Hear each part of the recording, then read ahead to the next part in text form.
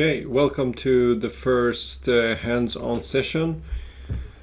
I'm going to do the first elementary geometries for our aircraft model. So here I have downloaded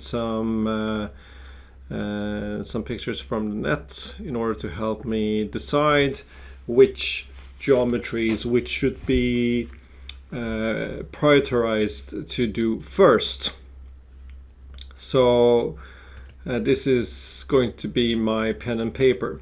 So one thing which is apparent is that we have some kind of a straight line going from the start to the end of the aircraft, and let's just make this a little bit thicker. So I would say just creating a line which goes from the tip to the end, and as you can see there is some offset. If we go from the tip of the nose here, there's an offset to the end, so probably the height here and also the position of the nose is something which will vary.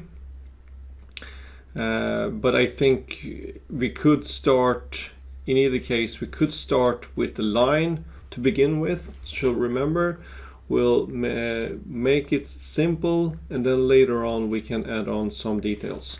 So this line will be one important geometry.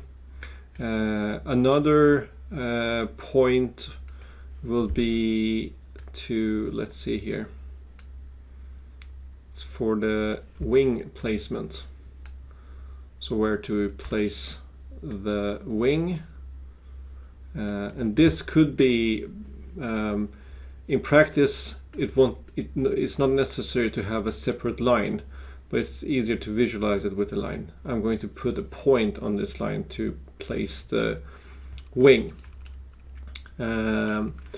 And then we have the horizontal tail, which can be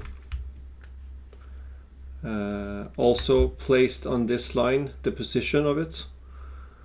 And then the vertical tail is, as you can see, at the end of the fuselage, but probably it has some kind of offset. So I'm going to put some offset from the leading edge of the vertical tail, where it should start. So from the end of the fuselage to the leading edge of the vertical tail.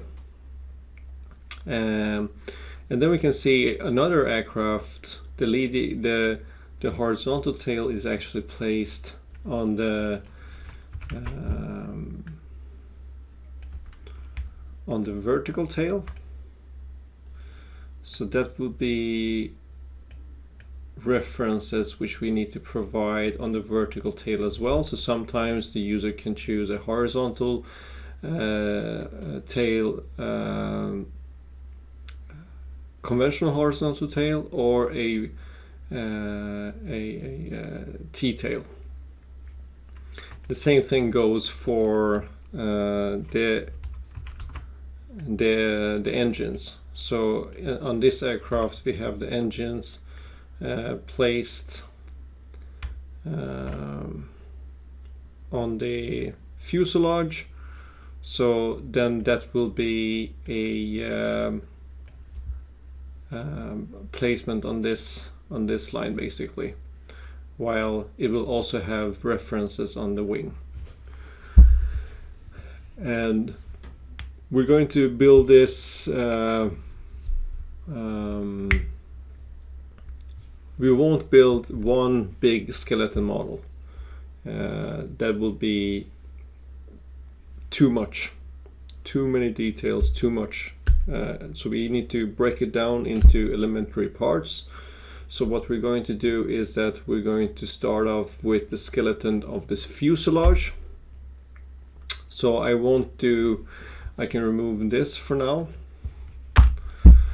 So the only things that I will include in today's session is a very rudimentary fuselage design, basically points and lines, and then placement for the wing, placement for the engine, placement for the horizontal tail, and placement for vertical tail, and also placement for possible engines.